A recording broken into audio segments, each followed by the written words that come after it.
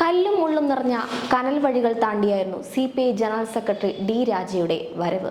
തമിഴ്നാട്ടിലെ വെല്ലൂർ ജില്ലയിലെ ചിത്തത്തൂർ ഗ്രാമത്തിലായിരുന്നു ജനനം. അച്ഛൻ പി ദ്വൈരസ്വാമിയും അമ്മ നായകവും ഭൂരഹിതരായ കർഷക തൊഴിലാളികൾ. 1949 ജനിച്ച ഡി രാജയുടെ മുഴുവൻ പേര് ദുരൈസ്വാമി രാജ എന്നാണ്. ചിത്താത്തൂർ പാലാർ നദിക്കരയിലെ മാലിന്യക്കൂനയ്ക്ക് സമീപമുള്ള കുടിലിൽ നിന്നാണ് രാജ എന്ന നേതാവ് ദേശീയ രാഷ്ട്രീയത്തിലേക്ക് ചുവടുവെച്ചത്. പുറമ്പോക്കിലെ പ്ലാസ്റ്റിക് ഷീറ്റുകളും തകരവും കൊണ്ടുണ്ടാക്കിയ കുടിലിൽ നിന്ന് രാജ ജീവിത ദുരിതങ്ങളോടും പ്രദേശത്ത് നിലനിന്നിരുന്ന കാട്ടുനീതികളോടും പോരാടിയാണ് മുന്നേറിയത്. സർക്കാർ ജോലി പോലും വേണ്ടെന്ന് വെച്ചാണ് പൊതുരംഗത്ത് സജീവമായത്.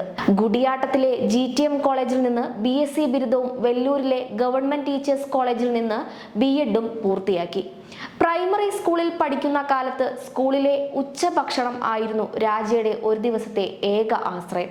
ഹൈസ്കൂൾ പഠനകാലത്ത് ഉച്ചഭക്ഷണം ഇല്ലാത്തതിനാൽ വിശന്നൊട്ടിയ വയറുമായാണ് പഠനം മുന്നോട്ട് കൊണ്ടുപോയത്. വായനയിൽ അതീവ തൽപരനായിരുന്നു രാജ. വിശപ്പിനെ മറക്കുവാൻ അദ്ദേഹം പുസ്തകങ്ങളെ ആയുധമാക്കി. കോളേജ് പഠനകാലത്ത് ASF-ൽ അംഗമായ രാജ 1975 മുതൽ 1980 വരെ AYF-ന്റെ തമിഴ്നാട് സംസ്ഥാന സെക്രട്ടറിയായി. അക്കാലത്ത് ഒട്ടേറെ യുവജന പ്രക്ഷോഭങ്ങളാണ് രാജ നേതൃത്വം നൽകിയത്. 1985 മുതൽ 1990 AYF ദേശീയ ജനറൽ സെക്രട്ടറി ആയിരുന്നു. ഇതോടെ രാജയുടെ ജീവിതം ഡൽഹിയിലേക്ക് പറിച്ചു നട്ടു. അക്കാലത്ത് CPI ദേശീയ കൗൺസിൽ അംഗവുമായി. ഇക്കാലത്താണ് ദേശീയ മഹിളാ ഫെഡറേഷൻ നേതാവും മലയാളിയുമായ ആനിയുമായി രാജ പരിചയപ്പെടുന്നത്. 1990 ജനുവരി 7 ലളിതമായ ചടങ്ങിലൂടെ ഇരുവരും വിവാഹിതരായി. ഇപ്പോൾ CPI ദേശീയ എക്സിക്യൂട്ടീവ് അംഗവും മഹിളാ ഫെഡറേഷൻ ജനറൽ സെക്രട്ടറിയുമാണ് ആനി രാജ.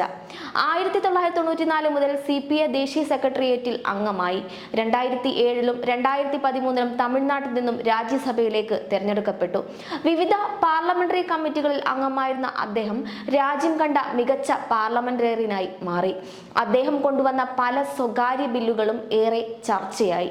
വലിയ ദുരന്തങ്ങൾ ഉണ്ടായ സംസ്ഥാനങ്ങളെ കേന്ദ്രം സഹായിക്കേണ്ടതിന്റെ ആവശ്യകത, തൊഴിൽ മേഖലയിൽ സ്ത്രീകളുടെ പങ്കാളിത്തം കുറയൽ, കാലാവസ്ഥാ വ്യതിയാനം തുടങ്ങിയ വിഷയങ്ങൾ അവയിൽ ചിലത് മാത്രമാണ്.